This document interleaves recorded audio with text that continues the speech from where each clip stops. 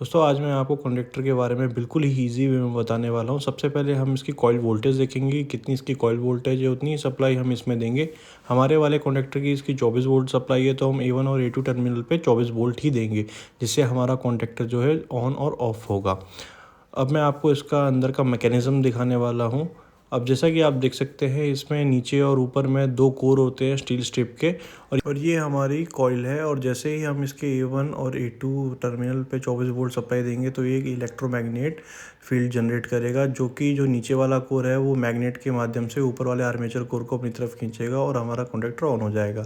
और ये L1 L2 L3 जो आप देख रहे हैं, ये यहाँ पे हम अपना RY फेस इनपुट देते हैं, और ये T1 T2 T3 में हम मोटर को कनेक्ट करते हैं। जैसे हमारा कॉन्डक्टर होल्ड होता है, हमारे NO NC कॉन्टैक्ट भी चेंज हो जाते हैं। और कॉन्डक्टर का इस्तेमाल हम मोटर को स्मार्ट वे में ऑन और ऑफ करने के लिए यूज़ करते हैं। ये हमारा dual starter, forward reverse starter और स्टार डेल्टा स्टार्टर में यूज़ होता है, जहाँ पे हम अपनी मोटर को ऑन और ऑफ करते हैं। और अब हम यहाँ पे देखेंगे कि जो हमारा कॉन्ट्रैक्टर है वो हमारा 3 फेस में और सिंगल फेस में कितने किलोवाट तक की मोटर चला सकता है। जैसा कि आप देख रहे हैं, 400 जो वोल्टेज है अपनी, उसमें हम 415 मान के चलिए आप, उसमें 7.5 किलोवाट की मोटर चला सकते हैं। और जो हमारी सिंगल फेस की, उसमें 4 किलोवाट तक की मोटर चला सकते हैं, क्योंकि जो सिंगल फेस की करंट का लोड होता है वो ज़्यादा होता है, इसके लिए इसका जो किलोवाट है वो कम हो जाता है। अब मैं आपको एक और चीज़ बताता हूँ। मान लीजिए आप एक 4 एम्पियर की मोटर को चलाना चाहते हैं, तो उसमें आप 8 एम्पियर तक का कंडक्टर यूज़ करेंगे, क्योंकि अगर आप 4 एम्पियर का कंडक्टर यूज़ करेंगे तो उसमें आपके कंडक्टर हीट या जलने की संभावना है, क्योंकि स्टार्टिंग में जब भी हमारी मोटर चलती है तो वो ज़्यादा करंट लेती है।